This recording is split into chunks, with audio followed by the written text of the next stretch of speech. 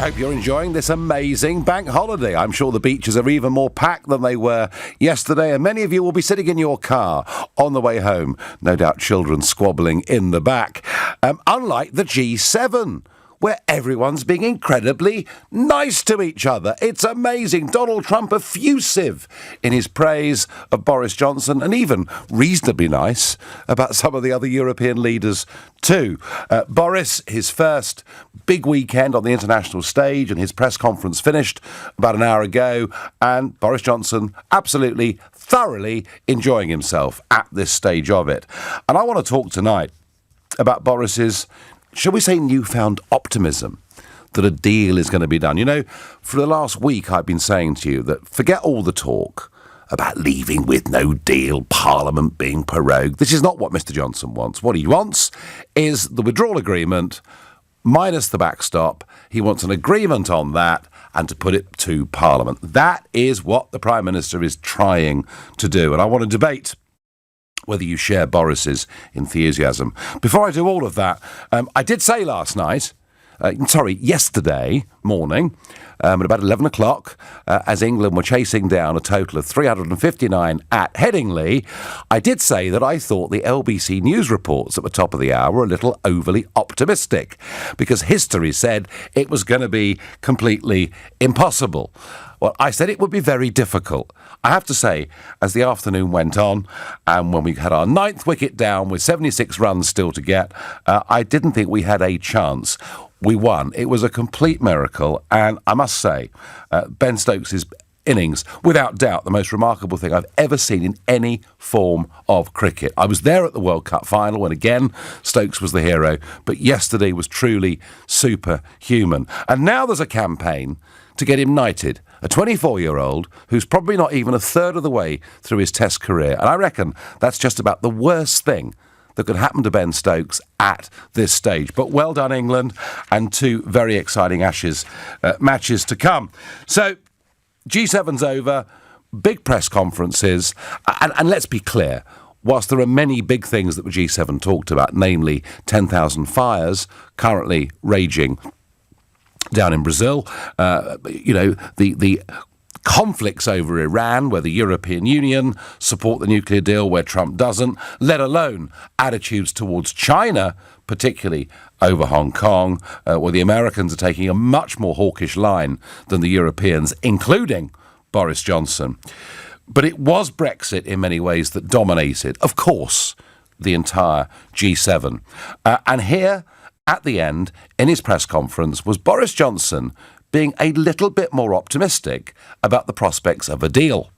Yes, I am marginally more optimistic, but remember that all statistical estimates that I give about the chances of a deal, whether they're expressed in odds of millions to one or getting closer or hotter or colder or whatever, they all depend exclusively on the willingness of our friends and partners to compromise on that crucial point and to get rid of the backstop and the current withdrawal agreement.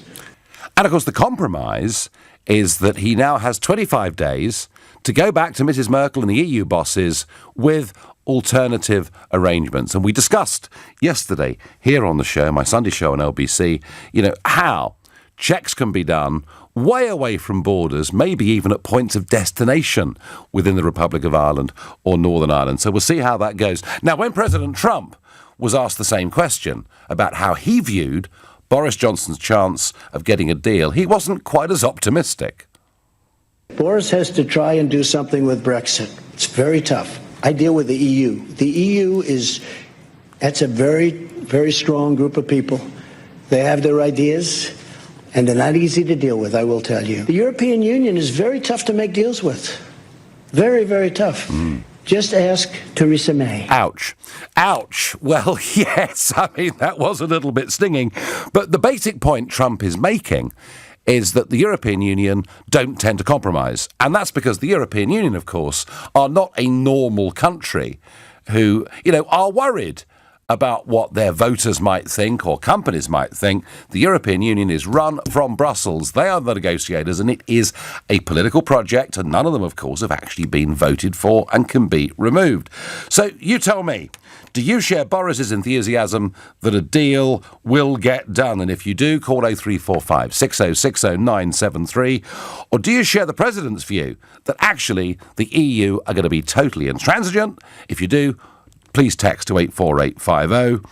And do you think, as I do, that actually you don't want the withdrawal agreement with or without the backstop, and actually that's the worst outcome? If that's how you feel, please tweet using the hashtag Farage and LBC at LBC, and of course YouTubers, Facebookers and Twitterers. You can watch us and you can comment there too.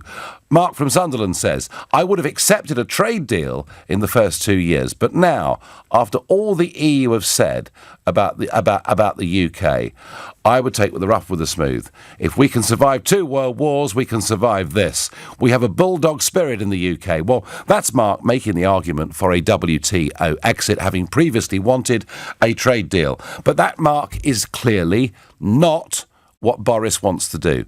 Boris, despite all the things he said about the withdrawal agreement, and by the way, not just about the backstop. You know, he said the withdrawal agreement itself was a dreadful thing for our country and for democracy, but now he seems to think it's the best way to get Brexit.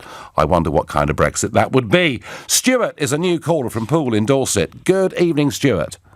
Hello, Nigel. Paul, is it more like the Mediterranean down there, Stuart, this evening? Oh, it's absolutely gorgeous, Nigel. Really hot.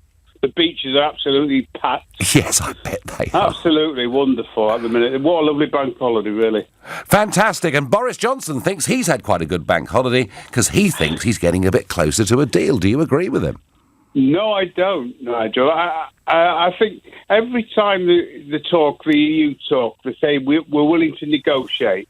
But unless you change they won't change the withdrawal, treaty. So they're not going to negotiate. And if it goes back to the House of Commons, I don't think it'll get through. Well, isn't that the key, Stuart? I mean, I think there is. I think the EU are going to make some changes. Now, how fundamental, how substantial they are, but I think there are some changes coming, Stuart. There are some changes coming. The withdrawal agreement's not good enough. Even without the backstop, I don't think the deal will go through. And there's still other problems with it. And I think the only way to get out now is no deal. And do you think in those circumstances that the ERG, for argument's sake, would say, no, sorry, Boris, but this withdrawal agreement isn't good enough? Do you think they'd hold? You do? Absolutely. Mark Francois, a lot of the others, Steve Baker, said that.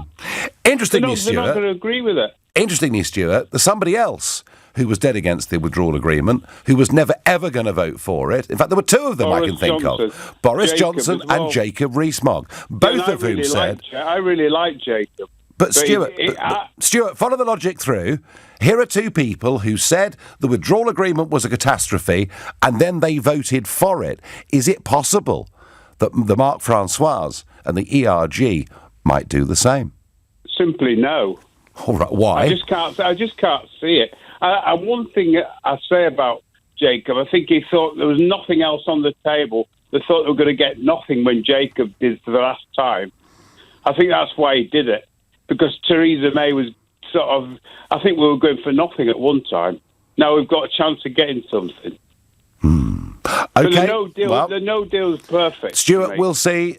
You seem to have great faith that those Eurosceptic MPs on both the Labour and Tory side will hold. On balance, I think having voted against it 3 times, they probably would still vote against it. I think you are probably right. Stuart, thank you. I'm going to Hemel Hempstead to speak to Mary. Mary, Boris is more optimistic. Are you?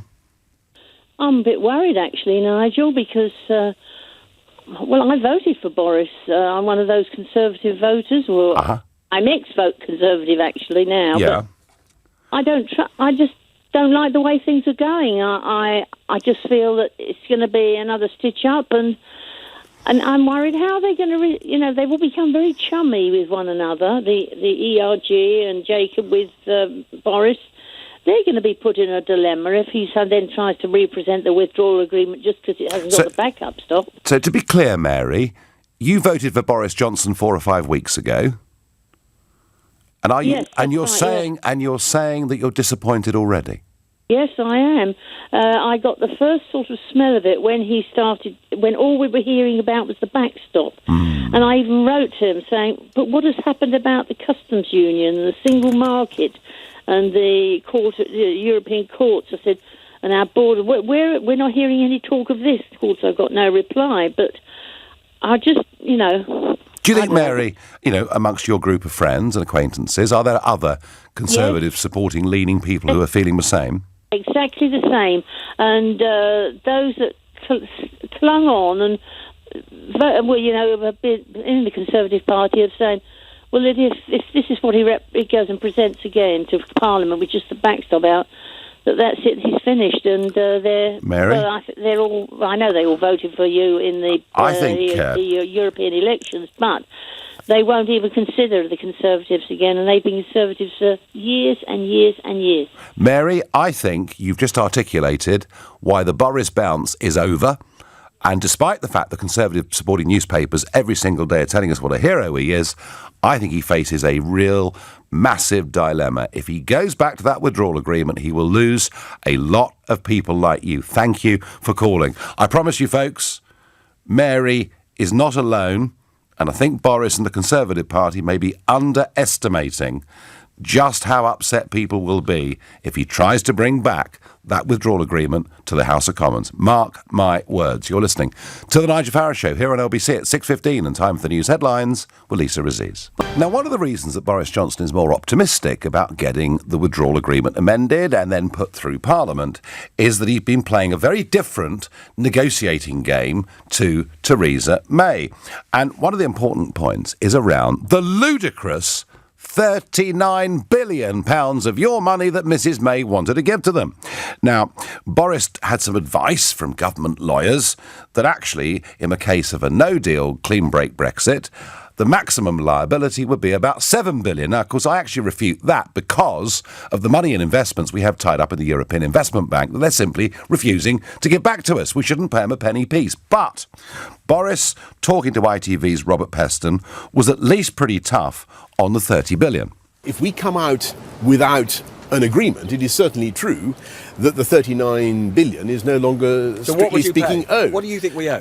I'm not going to get into the figures, but I'm not going to get into the figures, Robert. But is that the right ballpark? But there will be very substantial sums available to our country to spend on our priorities, to spend on getting our businesses Is that the right ready. way to negotiate? That sounds like a threat. It's not a threat. It's just a simple statement of it's a reality. That's the way things are. Well, actually, if you are going to negotiate, threats or veiled threats are often the right way to do it. Well, the European Commission were not happy with this, and they sent out a spokesperson to attack back. All commitments that were taken by the 28 member states should be honoured, and this is also and especially true in a no-deal scenario where the United Kingdom would be expected to continue to honour all commitments made during EU membership. Rather than going now into a judicial action threat, I think that it is important to make clear that settling accounts is essential to starting off a new relationship on the right foot based on mutual trust. And I would also say that, as far as I understand, this issue has not been raised with the EU. But we didn't ratify it. We didn't ratify this wretched treaty. If we'd ratified the treaty, then it would have gone into law that we owed them £39 billion. Despite Mrs May desperate to give them this money, it wasn't ratified. So actually, as a negotiating position, Boris, in that sense, is doing mostly the right thing. And if in Brussels they believe he's serious, if they really believe he's serious, it will make the chances of a change to the backstop that much more likely. And don't underestimate how important these sums of money are to Brussels at the moment, particularly given that you've got Italy in recession, Germany in recession, and real fears in the Eurozone that they could be heading into deflation. So the money, the row around it is an important part of this. And maybe he will get an amendment to the backstop. But look, my position's clear. Even with that amendment. I think the rest of the withdrawal agreement binds us in, costs way too much money and is wholly undesirable. But Boris is quite bullish. Sandy on Facebook says, if a deal is done, it will just be the treaty rehashed. Yes, Sandy, rehashed, reheated, whichever term you choose. Anne says, Trump and Boris appear to have a love relationship, but once they go back home, it will cool off. Anne suggesting that this was a holiday romance in Biarritz. Let's go to Alistair, who's a new caller from Twickenham. Good evening, Alistair. Hi there, Nigel. How you doing? I'm doing well. So bullish Boris thinks he's going to get the backstop changed. Is he right? I think he probably will. And to be honest, it's a strange one. I think this has been the plan from day one. I'm amazed that anyone even's been umming and ahhing about this. You know, if he'd have had kind of the more upfront intentions, he could have been saying from day one, right, well, there's only two options. One is a free trade agreement with the EU, or two, no deal. He could have very easily said that from day one, but that's never been the case. So I'm, and as you've said since all along, him and Jacob Rees-Mogg, they actually voted for that withdrawal agreement on the third time. And that I think is the damning piece of evidence. So I think this has been his game plan all along. So do I, Alistair. So do I. Despite everything he said, and you heard before the break, perhaps Mary from Hemel Hempstead, you know, a paid-up Conservative Party member who voted for him and who is disappointed and worried already. Do you see the withdrawal agreement as being a sellout, as being Brexit in name only?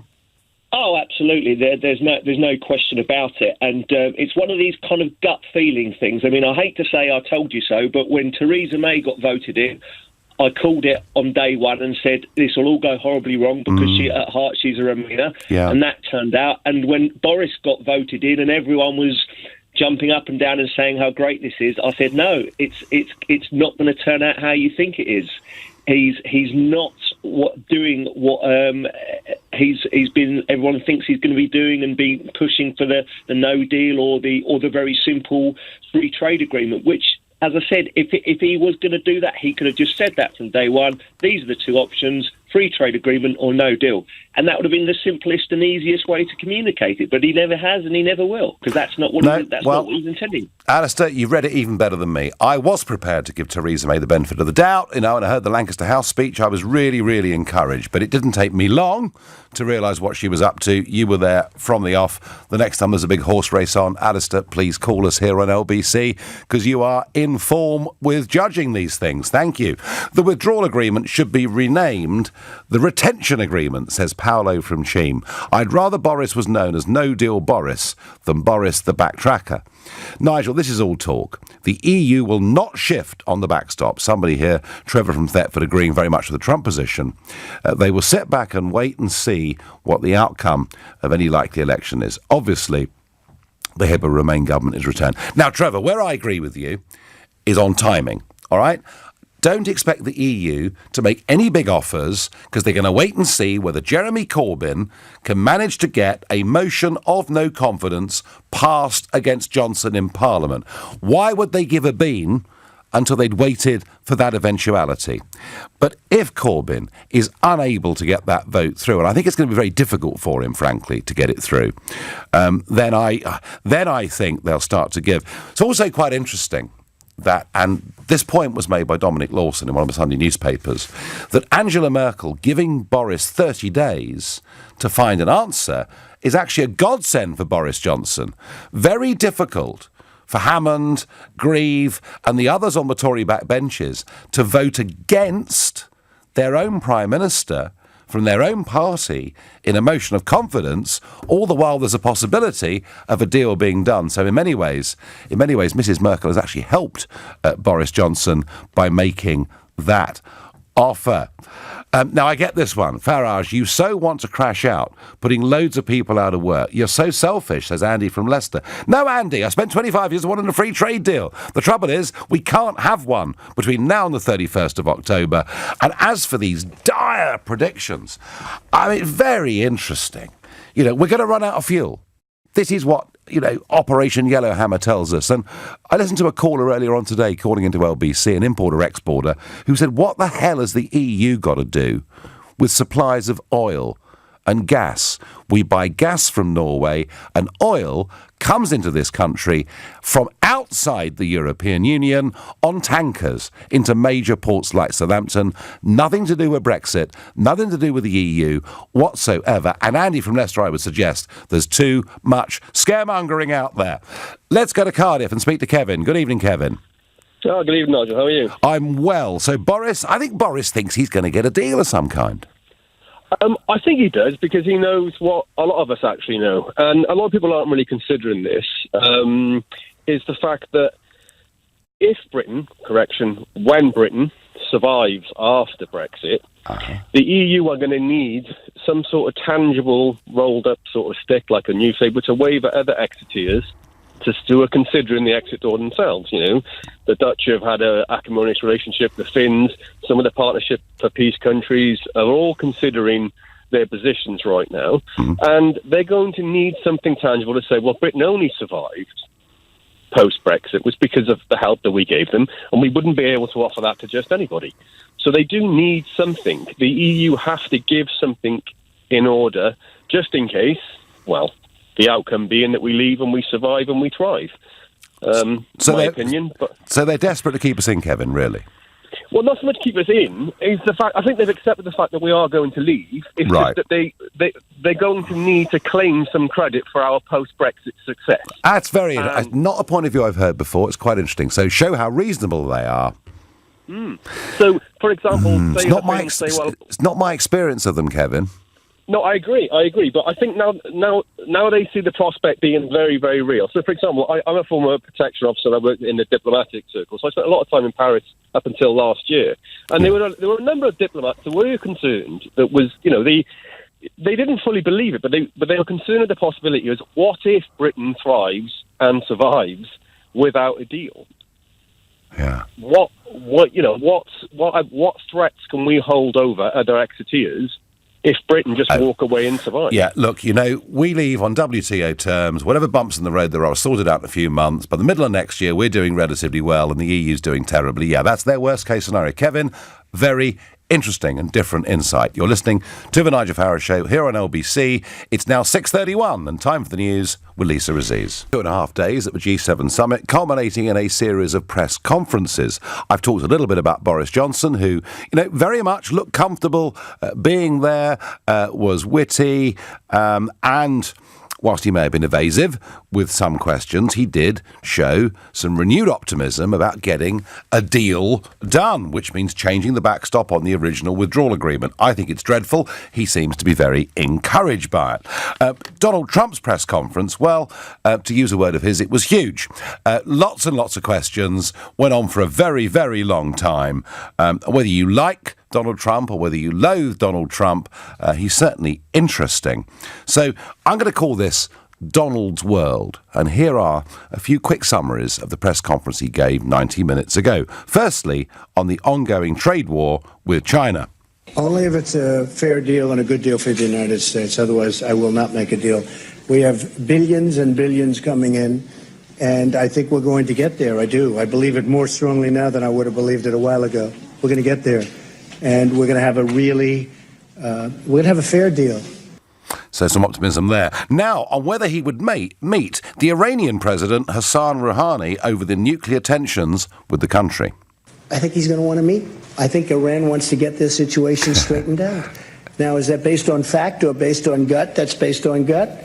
But they want to get their situation straightened out, Jonathan. And they're really hurting badly. Their inflation, as you know, because I saw you reporting on it, their inflation is through the roof. It sure is. Their economy is tanked entirely. The sanctions are absolutely hurting them horribly. I don't want to see that. I don't want to see that. They're great people. I don't want to see that. But we can't let them have a nuclear weapon. Can't let it happen. So I think that there's a really good chance that we would meet. And on whether Russia, this is interesting, should make the G7, G8 as it used to be. I think it would be better to have Russia inside the tent than outside the tent. But I think that having President Putin in what was the G8, he was a member of the G8, and I heard he was a good member of the G8. Having him in, I think, is more of an advantage. I think it's a positive for the world. I think it's a positive for Russia. I think it's a big positive for Russia. And it's something the group is discussing. They are discussing it. And that of itself is worthy of a whole day's debate here on LBC. It's a very, very interesting point. However badly Putin may have behaved, whatever, appalling behaviour, such as the things that we saw happen in Salisbury went on, is it better to have someone like him inside the tent than outside of it? Worthy of debate. Now, on whether Theresa May was the wrong person for the Brexit deal. Well, Theresa was unable to do the deal. I gave her my ideas as to doing the deal very early on, and you possibly know what they are, but I would have done that. She chose to do it her way, and that didn't work out so well. I think she's a very, very good person and a good woman, and I really believe that Boris Johnson will be a great prime minister. We like each other, and we had a great 2.5 days. I've been waiting for him to be prime minister for about 6 years. I told him, what took you so long? I think he's going to be a great prime minister, and especially after spending a lot of intense time with him over the last couple of days. He's very smart, he's very strong, and he's very enthusiastic. And you know what else? He loves your country. He really loves your country. So being nice about Theresa May, which I thought actually was probably the right thing to do in the circumstances, and massively upbeat and bullish about Boris. And I have to say, Boris did not reciprocate quite as fully. Now, other things, really, really importantly here, whether he would do over the UK in a trade deal. I love the UK. I own great property in the UK. I love the UK. I have no idea how my property is doing because I don't care. But I own Turnberry, and I own in Aberdeen, and I own in Ireland, as you know, Doonbeg, and great stuff. And I'll be honest with you, I think he's going to just do a great job as prime minister. It takes a lot. It's so many different elements to being a great prime minister. And you needed him. I just think his time is right. This is the right time for Boris. And Trump on climate change. I'm an environmentalist. A lot of people don't understand that. I have done more environmental impact statements probably than anybody I guess I can say definitely, because I've done many, many, many of them. More than anybody that's ever been president or vice president or anything even close to president. And I think I know more about the environment than most people. I want clean air. I want clean water. I want a wealthy country. There you are. And he went on then to attack wind energy as being too expensive, not working and needing conventional backup. He feels very strongly on that. And lastly, on whether he could profiteer if next year's G7 was held at one of his properties in the USA. Well, I'll tell you what, I've spent, and I think I will, in a combination of loss and opportunity. Probably it'll cost me anywhere from $3 to $5 billion to be president. And wow. The only thing I care about is this country. Couldn't care less. Otherwise, I wouldn't have done it. People have asked me, what do you think it costs?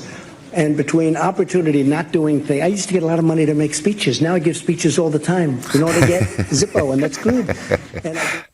Well, actually, I think that's true, because he did have this American show, The Apprentice, and things in America are just on a different scale, different level to here. I mean, he was earning eye-watering money doing The Apprentice. So that's the world according to Donald Trump. I want to take one issue out of that and comment on it, and that's the trade deal. So tonight we're debating whether Boris is going to get the withdrawal agreement through, okay? And that would then lead on to years of negotiations about us having a new trade deal with the European Union. What Trump was reiterating in Biarritz was that he thinks we can do a trade deal between America and the UK very, very quickly. When he made that point, Boris kind of backed away a little bit from this. And Boris said, well, it would take at least a year. What I don't understand, Prime Minister, is the real alternative was put on the table by John Bolton. John Bolton, one of Trump's senior cabinet members, said, we don't need to have an all-encompassing trade deal. We know there'll be areas that are contentious and will take a lot of negotiation, but we could do it sector by sector. And quite why Boris has not picked up on that, I really, for the life of me, don't know. Back to Boris and his optimism. Adam is calling from Ealing. Adam, is Boris right to be more optimistic? I think he's right. We've needed optimism for so long after a dreadful 2 years of Theresa May. But I think you're misunderstanding and misreading things. I actually agree with Mr. Trump. In his own words, verbatim, quote and unquote, he said, I think Boris is going to do a different kind of deal. And pre the election and after he became prime minister, he said clearly that the backstop has to go. He's seeking for a standstill agreement, and that he even said yesterday, let's go on to the future trade deal we need to do together. So Mary saying earlier that Johnson wants us in the single market and custom is totally false. He said yesterday, verbatim, I think the EU understand that we cannot be in their legal orbit and we need to move on straight to the trade deal we're going to do together. Adam, because of the sequencing that was agreed by the UK government at the start of this process, all right, because of that, we can't go on to discuss a future trade deal unless we ratify the withdrawal agreement. And I would ask you this, Adam, is the withdrawal agreement with an amended backstop acceptable? Because I don't think it is. It is not acceptable. I totally agree with you. It's the worst deal in history. Right. But when things have been so messed up, it's very, very difficult to reorder or to rebalance. Mrs. May made a total mess of things. So even if the most Brexit prime minister came up, it's going to be difficult just putting everything back as if Mrs. May never appeared.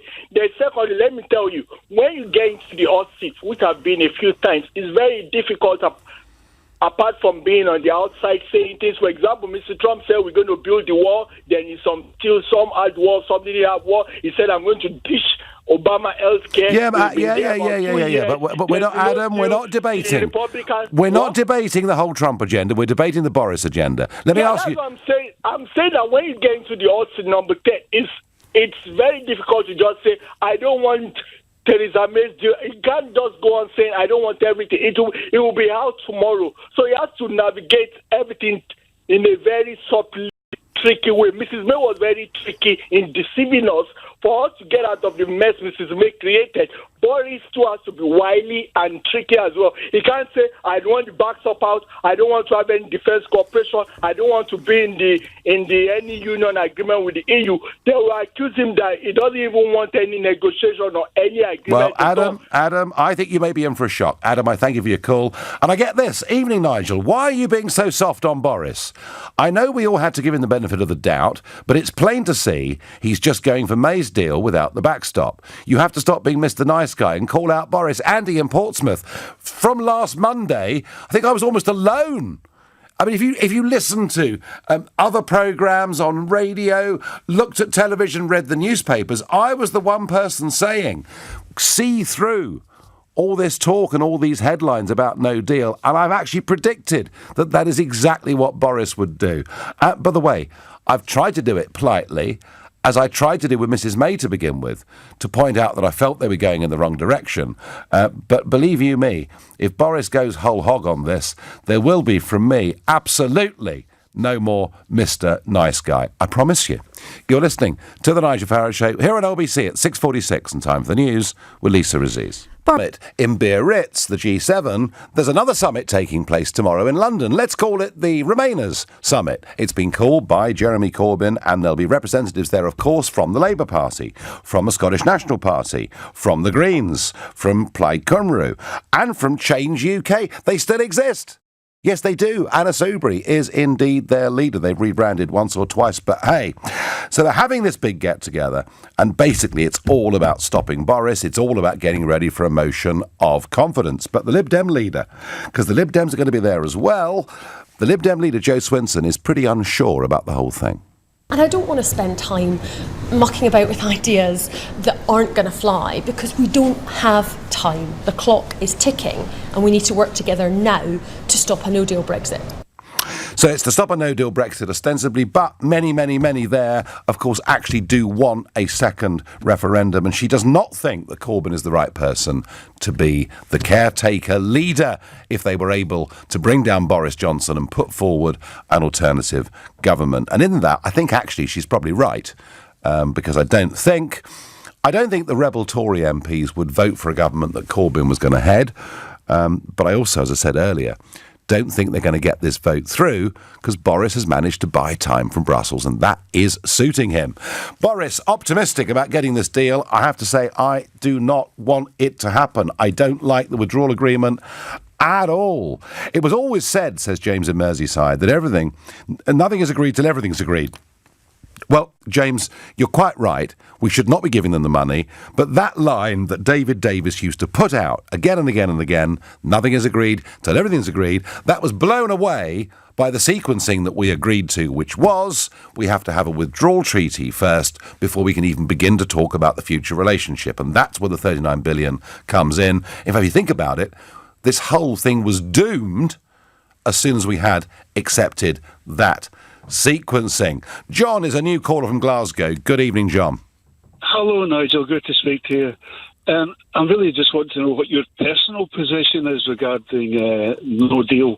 When you were in charge of UKIP and now the Brexit Party, yes, is it your policy to proceed with no deal? And in fact, is that your aim, is to achieve no deal? No, the aim, John, absolutely not. You know, and you talk about my time as leader of UKIP. Well, I was also chairman of UKIP. I was also national campaign director of UKIP. I'm in 20 years of positions in UKIP. And you know, John, throughout the whole of that time, I said again and again and again, I wanted to replace membership of a political union with the kind of trade deal my parents' generation thought they were signing up to. All right?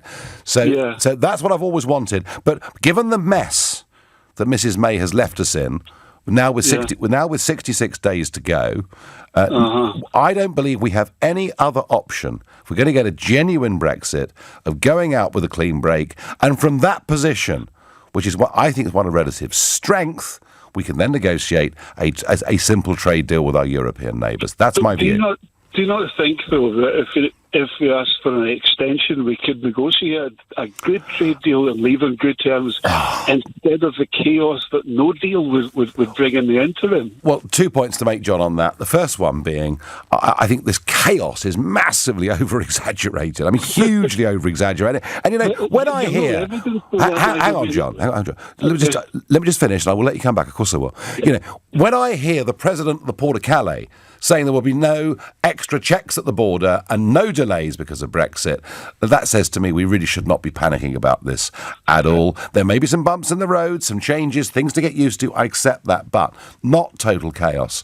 And the second point, John, is I think much more important than arguments about short-term economic loss or gain, and that's about democracy. Yeah, that's something I actually wanted to ask you about. You mentioned yesterday that Brexit meant democracy and it was power back to the UK and self-determination. Yes. Now, coming from Scotland, do you not think that the SNP have a good case to put for self-determination for Scotland? Well, hang on, John. But John, hang on. She lost the referendum on that.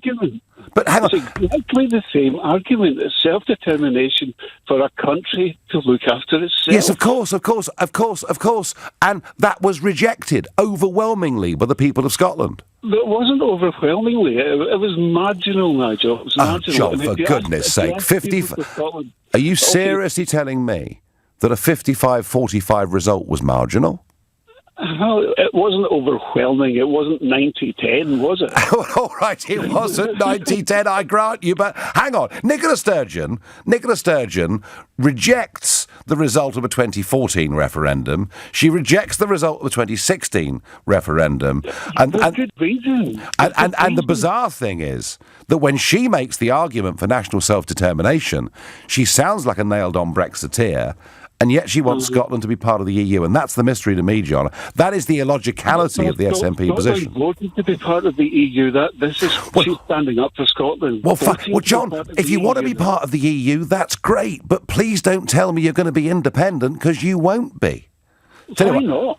Because you cannot be independent if your laws are made somewhere else and if a higher court is somewhere else. If we decide that in Scotland, then that's our decision. Yeah, but don't pretend to people it's sovereignty. John, when we debate Scottish separation, You call me back and we'll talk about it, all right? I promise.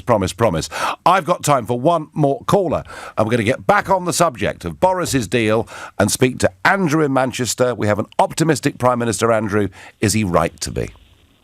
I don't think he's right to be optimistic, but I do think that he'll get changes to the deal, and I think there's a very good chance that he may even get it through.